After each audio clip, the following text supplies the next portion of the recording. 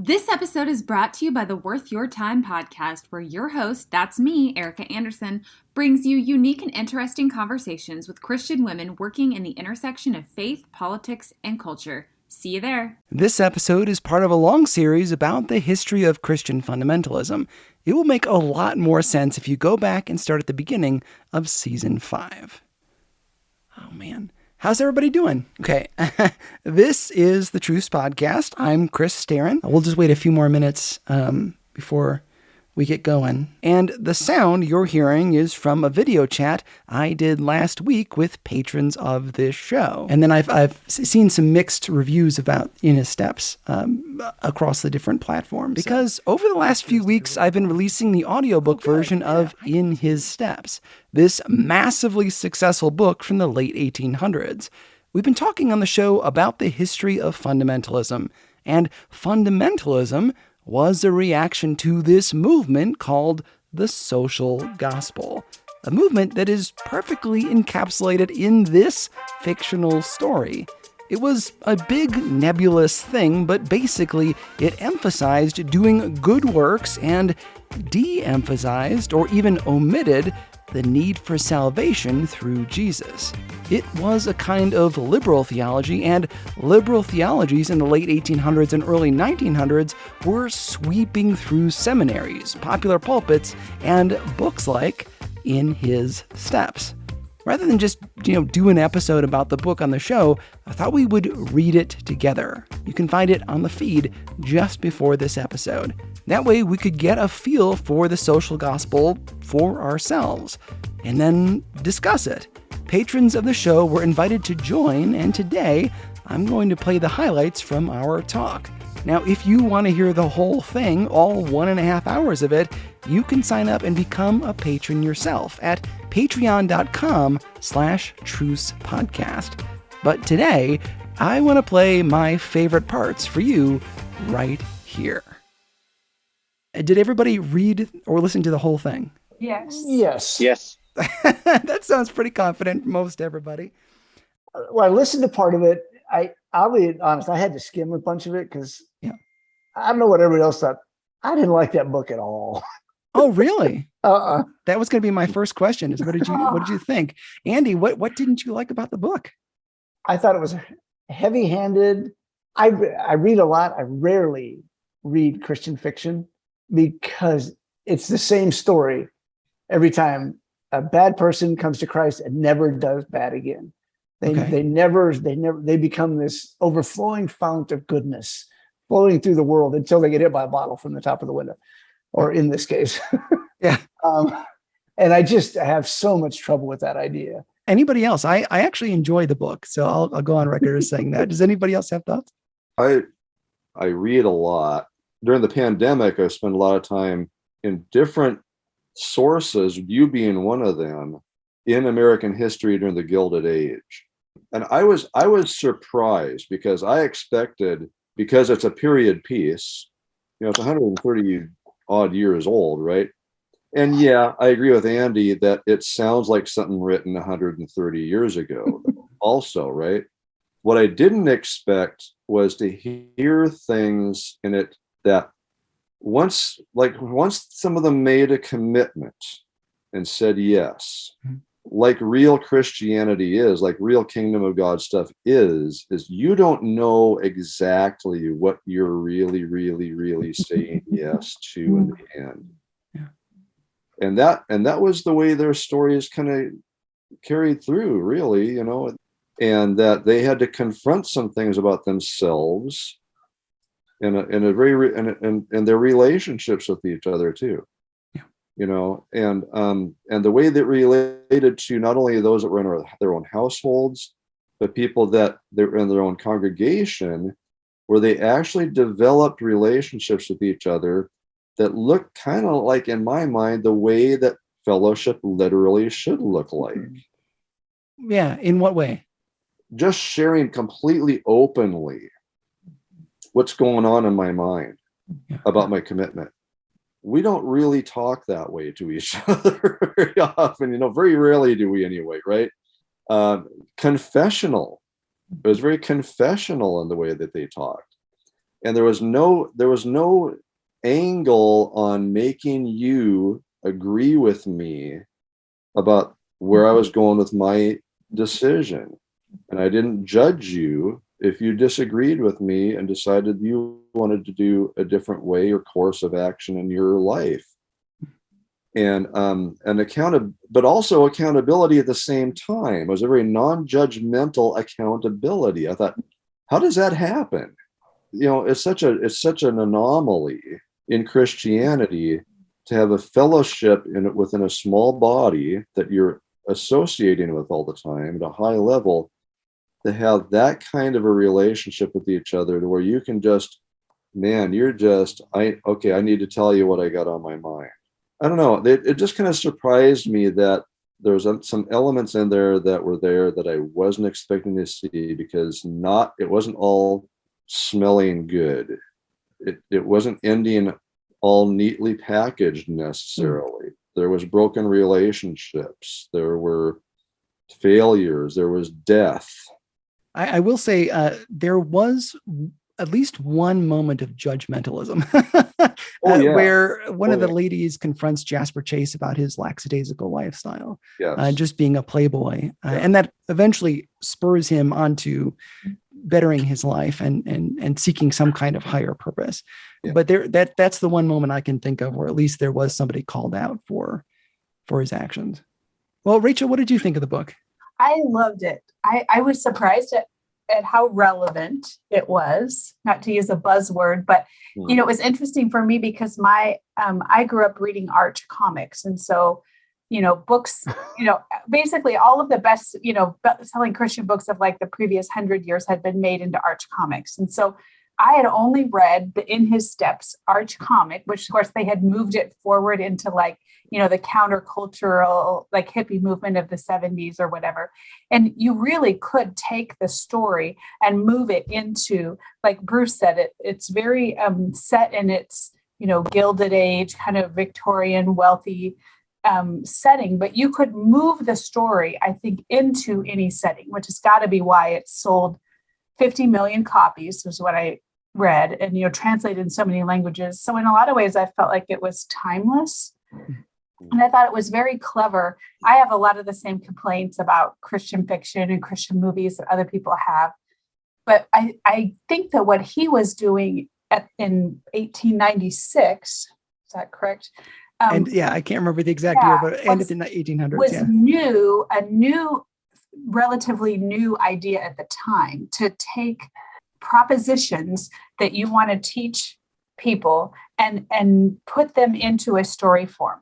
It's almost like what Lee Strobel did with Case for Christ, only, decades sooner, where you blend the two together and say, these are the principles I'm trying to teach you, but this is what it could look like in people's lives. And I loved that part about it. And I could see why it would draw people in, especially if they were used to a very, kind of dry, what is didactic kind of preaching, to have somebody, tell stories in this way. Because I understand he initially presented this as a sermon series from the pulpit, which was very clever, because everybody you're going to come back every week to hear the next installment. It was basically a serial, from the pulpit. And I thought that was clever.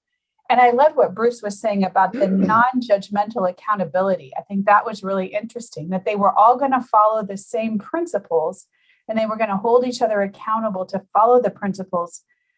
But there was room for individual conscience and how it would apply. I loved it. I think it's interesting coming from a Christian podcaster, and having made Christian films and also written Christian novels, to be in that genre and have everybody to know it's kind of a hated genre. It's easy to bash. It's much harder when you've done it. Because I think one of the tough things Charles Sheldon had to face is writing a book that is going to be popular for the masses versus one that's going to be popular for a certain niche or group. And that's tough. By having the sort of simplistic language, simplistic characters and things, it kind of opens it up to a larger audience in a lot of ways. So it's hard for me to criticize that. And also, of course, it is somewhat dated, being that it's over 100 years old.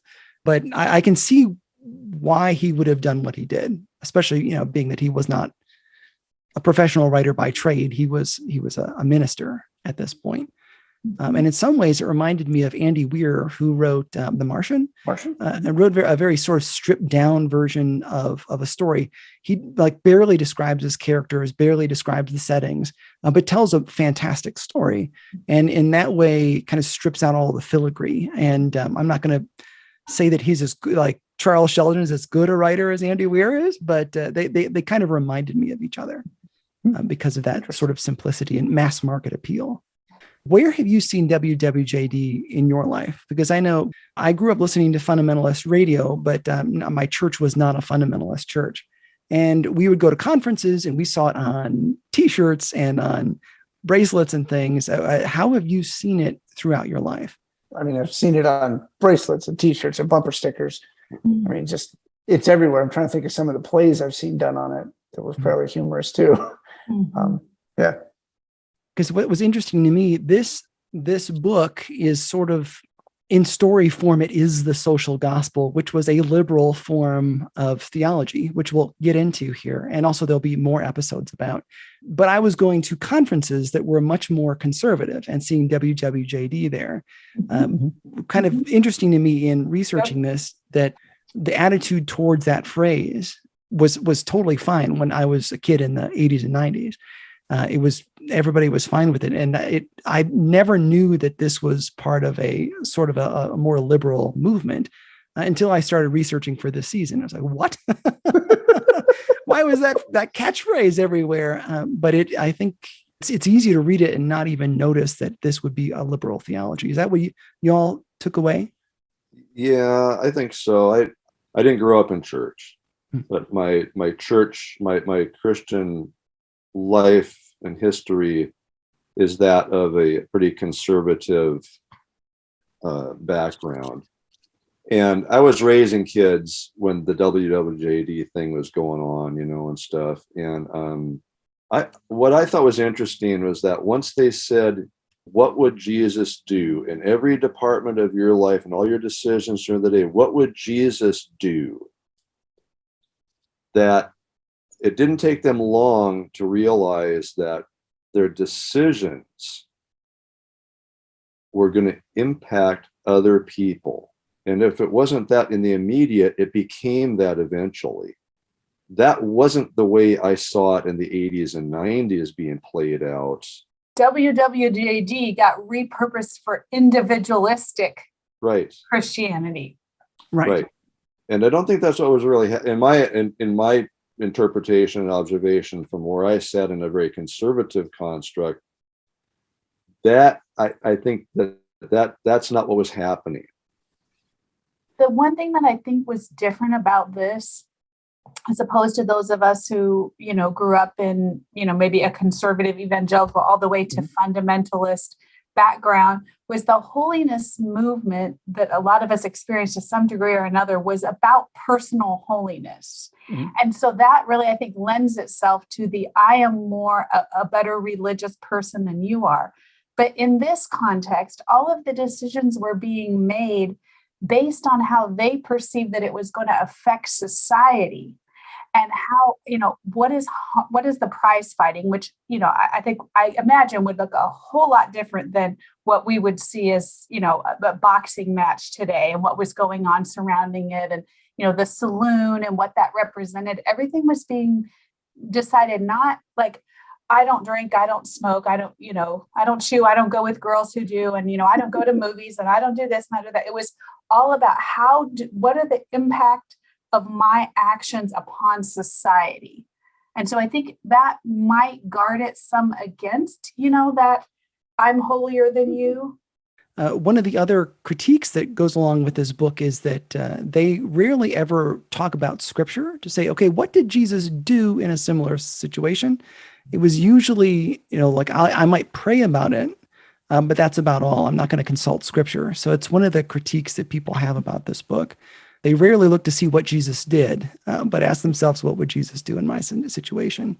Which is kind of an interesting thing. I would have liked to have seen maybe that play out a little bit more. But you're right. Yeah, there was rarely any disagreement when somebody landed on something, at least from somebody who had also taken the pledge. And as Rachel mentioned, there was a reason I did the holiness episode right before this, because you see that holiness movement. There really was in the late 1800s, early 1900s, this emphasis on personal holiness and trying to see, can I live a holier life? And that had a lot of really strange different branches that came off of it. But it's a good impulse when you read scripture to try to live a holier life. With that in mind, how do you see the social gospel inside of this book? Because this book kind of represents that movement. How do you see the social gospel as we've talked about it so far this season?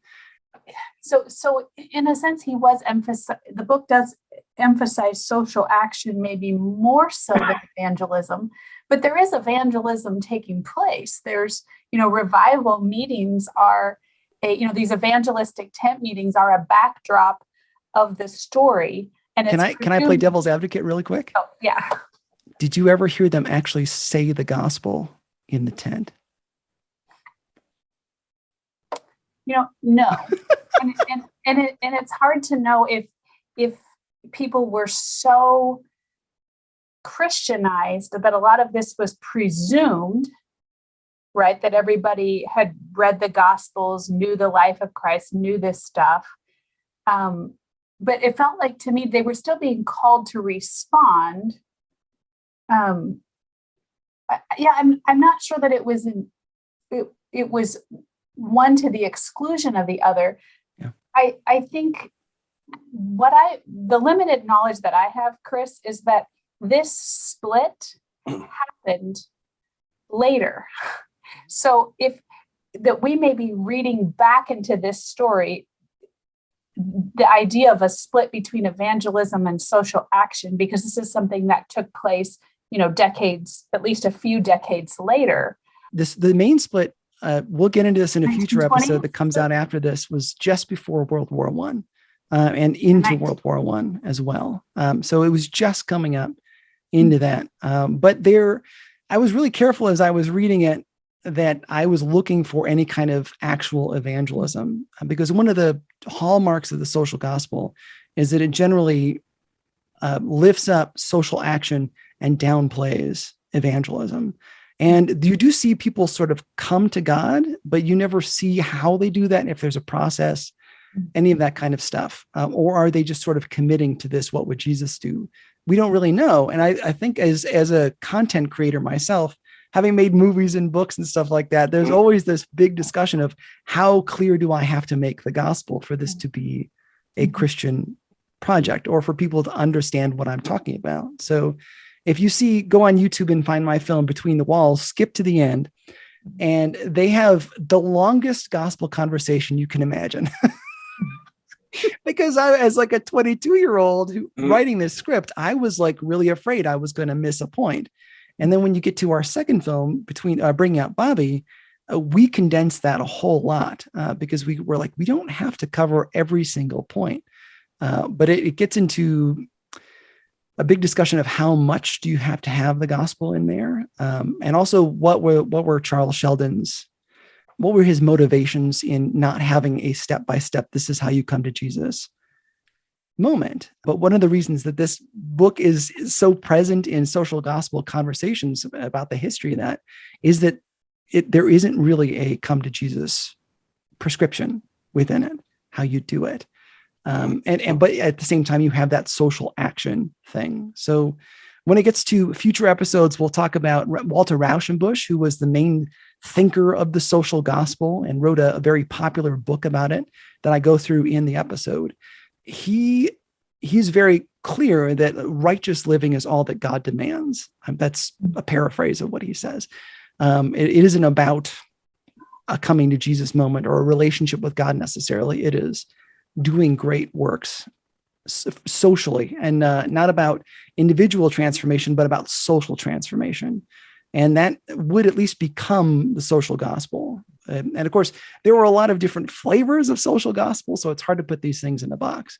But one of the things you see in his steps is people concerned about society and how their actions impact society, but not necessarily about sin.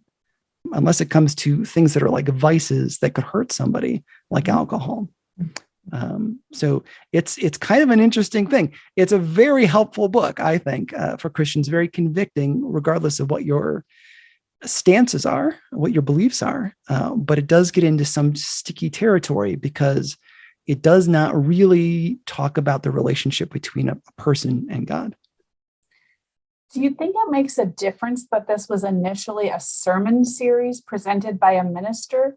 So maybe. He's approaching it as, okay, you understand the gospel, you've made a decision, but I don't see it affecting, your life. So I'm trying to, take you guys to the next level. I'm trying to challenge you. Possibly. Yeah. So, but that of course is, I don't know. I wasn't there, right. But, and I haven't read anything that says either way. But that is what the social gospel would sort of become, would be to downplay evangelism and to lift up things like, even like Walter Rauschenbusch, when he's writing, eventually leads to socialism. He's a socialist and starts to kind of push that. And he's one of the guys that ties liberal theology and socialism together. And so then there's this big pushback right before World War I and into World War I to say, if those guys, liberal theology is all about helping people, then we in conservative theology don't want to be associated with that. So we're going to pull back from our social engagement, at least in public, in a move that's called The Great Reversal, which there will be an episode about. So. That's going to be good. Yeah. Bruce? So when I was young and growing, and the first times I heard the term social gospel referenced, it was a negative term. And now, over the past years and years, I think, well, why was and still is this thing they call the social gospel anathema? Why is it the enemy? Why is it, demonized? In this day and age, in this context, it's like, well, these social justice warriors. And I go, what, isn't that actually what God is into? Mm-hmm. Yeah. And if we think there's a problem somehow with social justice, for instance, that for some reason there's something going on that's wrong with it, then shouldn't the Christian community be the first people to concern themselves with righting the boat? Yeah. I think in some ways we're all looking for a litmus test to understand very quickly where somebody else is. So it's like, if they say this buzzword, I can put them into this bucket. And sometimes that's one of those things. It's like a natural human thing. We have to put people into buckets so we understand how to deal with them. But partially it's also this thing of almost like gang warfare, where if the other gang wears blue and that's their color, I can't wear blue because that signals that I'm with them and I'm not with them.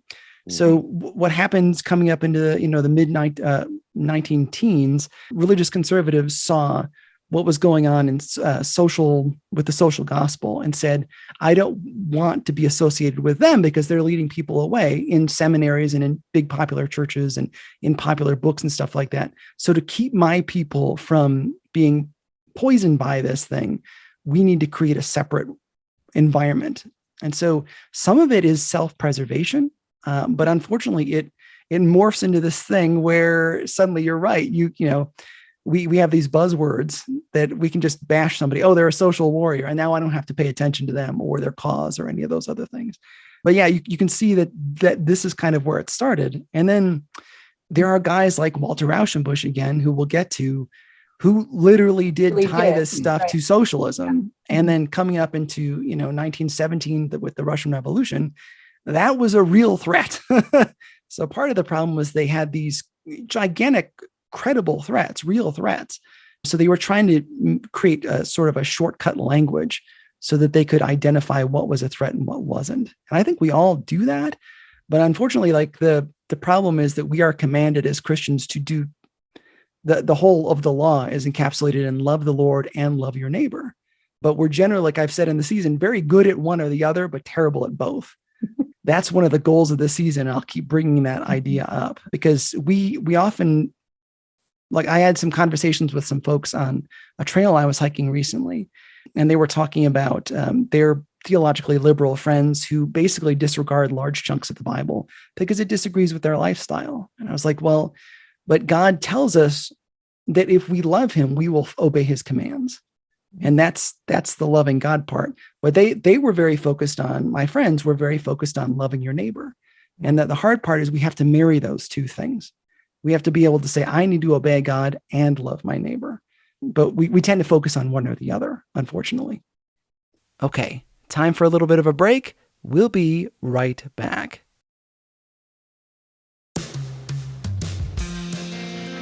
This episode is brought to you in part by He Gets Us, a national campaign bringing the story of Jesus to every zip code.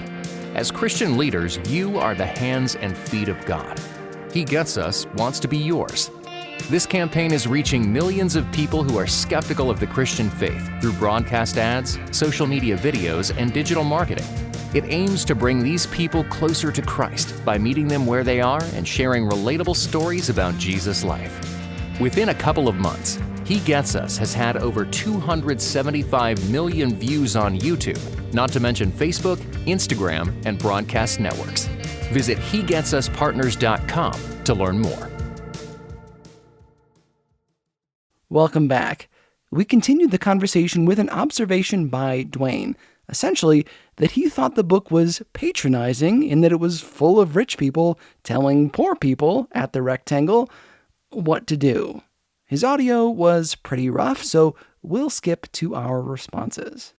I was really struck by that as well, because even in some of the writings about the book that I've read, they talk about this book as appealing to the middle class, and yet there's really not much in the way of middle class representation in the book. It's basically very wealthy people or the very, very poor people.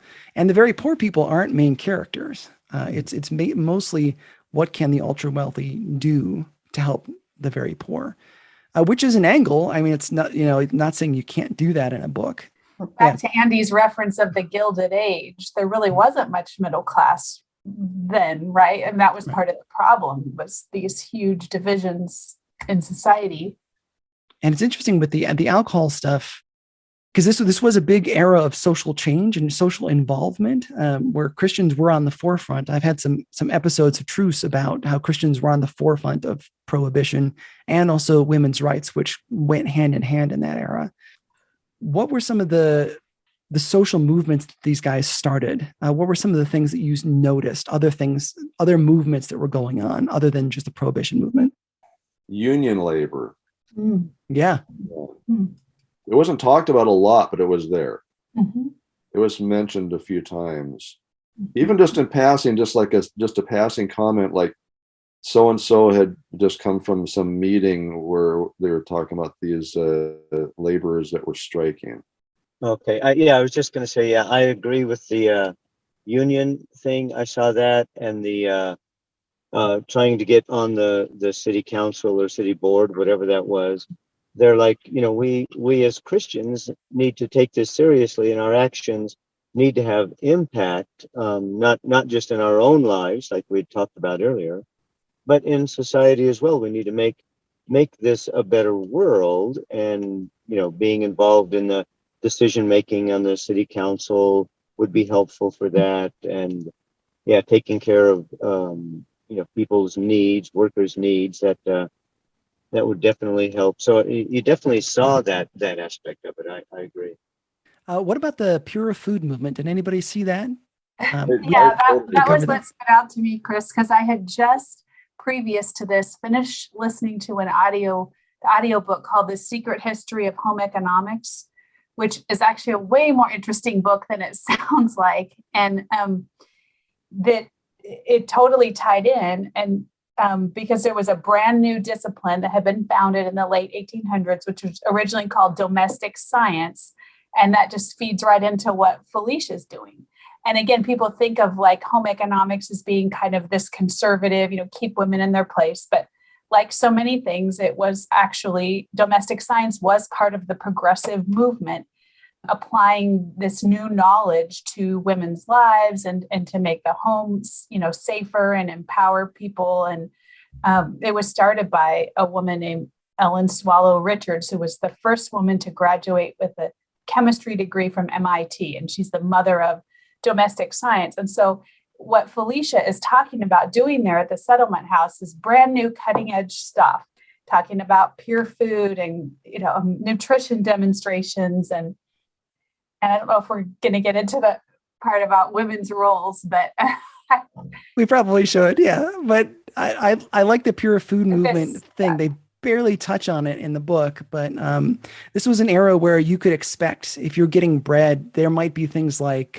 sawdust in there, or there might formaldehyde in your milk. So as much as we make fun of, and maybe this was in the book, Rachel, as much as we make fun of white bread in this country, and like Wonder Bread was kind of a revelation in its time, because it was guaranteed not to have any of that stuff in there. And it was white, so you could see any kind of stuff that was hidden inside of it. So it's not healthy bread. We all know that now. Right. It's not great for you, but at least it didn't have sawdust in it. And that was how domestic science was born. Ellen Swallow Richards, again, the first woman to study chemistry at MIT, would take these foods and analyze them. And she would find, ground up mahogany inside cinnamon and just all kinds of adulterants. And there was no FDA, there was no regulation of any of this. And she would study water, and she would study harmful things on the back of wallpaper. And, it was all about bringing safety to the home and empowering women and teaching them, how to protect their families. And it was about women's empowerment. Yeah, it's a fascinating movement. I kind of wish they'd spend more time on the book. It would have been a total distraction, but it's a fascinating moment. But to curve back around to what Rachel was saying, how do you think women were portrayed in the book? And do you think maybe it would have been received differently then in the 1800s than it is now? Because I know there were some comments. Some of the people who listened to the book for me, I had 3 volunteers listen to it before I released it, so we could look for any kind of mistakes I may have made. And some of them said, you should buffer this with a little bit of a warning that women are not 3-dimensional characters in this book. And I was like, I think I kind of want people to go into it blind and just let it wash over them. So what did you think? How were women portrayed in the book? So, Chris, I loved the way that the women were portrayed in the book. And again, putting it in its 1896 context, like you said, this is a Victorian era novel. These are high society, privileged, Gilded Age women living, a very sheltered Victorian lifestyle where they are expected to fulfill their obligations to society and do what their parents want. And repeatedly, the book portrays young, unmarried females making their own decisions, going against class expectations and doing what they feel is right, even if it's going to upset everyone around them. And again, because of that tie-in with domestic science, which I've been learning about, I loved that part where Felicia goes to the minister and the bishop and says, I want to, start these programs at the settlement house. And they basically say, we don't know anything about it, and we don't know if it's going to work, but if you think you're supposed to do it, then we'll support you. And I think for the context, that was very powerful to have these 2 important, middle-aged men, religious authorities speak to a young, unmarried female and say, you lead, you do it. If you want to do it, we'll support it. And I think the sentence that I wrote down was that about the book was young women's independent action was characterized as Christian discipleship. Not that they were being rebellious, not that they were being, unfeminine, not that they were being manly or inappropriate, or it was characterized as Christian discipleship. And for the context, what I felt like he was portraying was women's liberation. But it's not just liberation from societal expectations. It was liberation to something. They were liberated to follow Christ according to their own conscience. And this minister is willing to support them if they are seeking to follow Christ. And I just love that. And I thought for a book written in 1896, that was revolutionary. and it had to be a powerful message for there had to be young women who read that and thought, okay, I can follow Christ.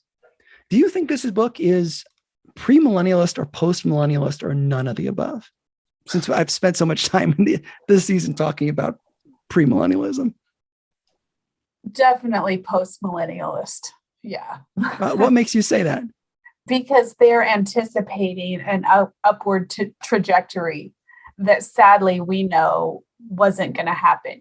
They're probably soon after this is the founding of the magazine Christian Century, which we now think of as a mainline liberal magazine. But that was named that because they believed that the 20th century would be the Christian century. And then, and I know we'll learn more about, that World War I and, seeing the horrors of humanity. So yeah, they definitely thought that there was going to be an upward trajectory, which in that way, it's a little bit, there's some sadness that you feel there because we know that there is going to be a lot of progress in terms of making, a more just society, but also that it's not necessarily headed in the steady upward arc that they're believing for.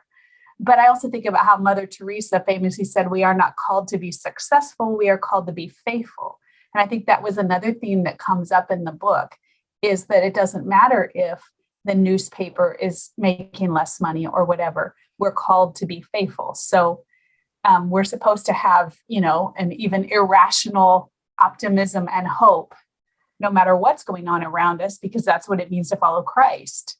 Yeah, I have to do the right thing, even if it's not going to change anything. Mm-hmm. And that's really hard to do. What do you think? Is this a book you would recommend to other people? Is this one you're glad you read? What are your thoughts? I noticed that Rachel gave thumbs up on an audio medium. I love that. I guess I better say what that is. And, it probably depends on what kind of literature a person likes. If you're fascinated with a certain type of literature, if you would choose, like I would, to listen to other, Victorian literature or whatever, like Andy said, there, it's not necessarily a setting or a style that's going to appeal to everybody. But I would recommend it. I mean, I enjoyed it. It carried me along and was inspiring. And I would probably not recommend it. I would recommend some other authors that cover some of the same themes, just maybe not as heavy-handedly. See, I actually have recommended this book to other folks. Partially it is because it is so easy to get the theme of the book. You don't have to dig very far. It's kind of right there on the surface. I found it very convicting. And there's actually another book I'm considering ending the season with as like a bonus at the end that is also a little heavy-handed, but I think sometimes we need that. We need something that's very clear. Again, Andy and I have gone back and forth on some things about journalism. You'll hear it in some of the episodes we have. I can say it again if you want. You can, but where he's been sort of not excited about the world of journalism, and I've been trying to say, like, Andy, before you can really comment on the world of journalism, you need to go report any story, and then come back and tell me what you've learned. And part of that with Christian media, and maybe it's me deflecting, but I always want to tell people, like, you should really consider writing a Christian story or writing a movie or a book or something like that, and see how hard it is to try to get a point across in any medium without being heavy-handed, because it's actually really difficult. I mean, if you look at just about any popular movie, they generally have no message to them, at least no overt message. And yes. any kind of, if you see a movie that, say, wants to try to encourage you to take care of the environment, inevitably people will walk away saying it was heavy-handed, regardless of what movie it is, anytime there's a message. So you're kind of already fighting an uphill battle and making it a Christian project, because you're trying to convey something about God to them. But in order to do that, you have to kind of verbalize those things, because also the audiences are not particularly great at picking things up, I've noticed over the years. So like I've said previously, on my second film, Bringing Out Bobby, the parents were dead the whole movie. But after screenings, audience members would come up to us and say, it was so sad when the parents died in that car crash. There is no car crash in that movie. I don't know where they got that from, but people just pick stuff up and miss the point altogether. So I want to stand up and defend the heavy hand every now and then, and I think it's okay every now and then, but it does mean it's probably not as sort of highbrow as something that would be more subtle. Hey, this is Chris in narration mode again. That's something worth exploring when it comes to the social gospel, because I said a few times here that the social gospel downplayed evangelism. That isn't totally accurate. It's a different understanding of the purpose of Christianity altogether. Whereas people like D.L. Moody would argue that Christianity is about saving souls through faith in Jesus, the social gospel put forth the idea that Christianity is about making our world better. You know, you wouldn't be too off by oversimplifying it to say that it's a battle between grace and works. Now, I don't think I've done a good job of explaining that yet this season. The social gospel wasn't a threat because it advocated for good works, but because it often ditched salvation altogether.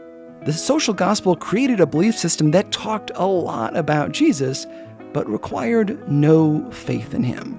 It's the gospel minus salvation. That's why it's a big deal that In His Steps doesn't feature a gospel message, and why it so well articulates the message of the social gospel. Is Christianity a faith of doing nice things, or is it about a relationship with Jesus? For some reason, we struggle to do both. It doesn't make any sense to me, but we humans always want to prioritize things, and the idea of keeping those two things in tension seems to be a lot for many of us.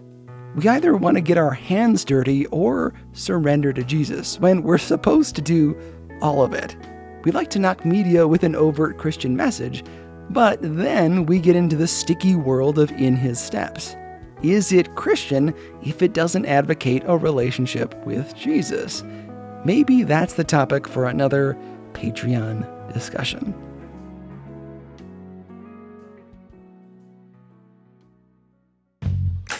But for now, that's it for this edited version of our chat. Hopefully you can see why I wanted to read this book on the feed. It's both convicting and a little controversial. Subscribe to the podcast so you get every new episode as it's released. Also, there is a reason this was for patrons only. I have 2 full-time jobs, like really, 2 jobs. This podcast and the job I do in order to pay for the show, which is a ton of work. 11-hour days, often 6 days a week. I could do way more creative stuff and maybe learn how to sleep well at night if I did this show full-time. And you can make that happen. Become a patron of the show, like the people you heard from today. You'll gain access to bonus materials and, more importantly, you'll keep good content like this coming for everyone to hear. You can learn how to help at patreon.com/Truce Podcast.